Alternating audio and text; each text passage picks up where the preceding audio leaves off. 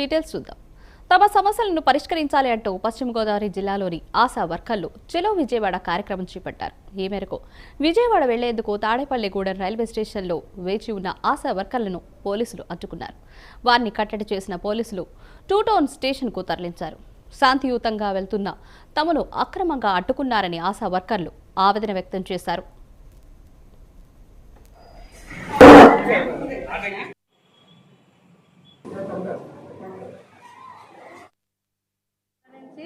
ఆశా వర్కర్గా విధులు నిర్వహిస్తున్నామండి.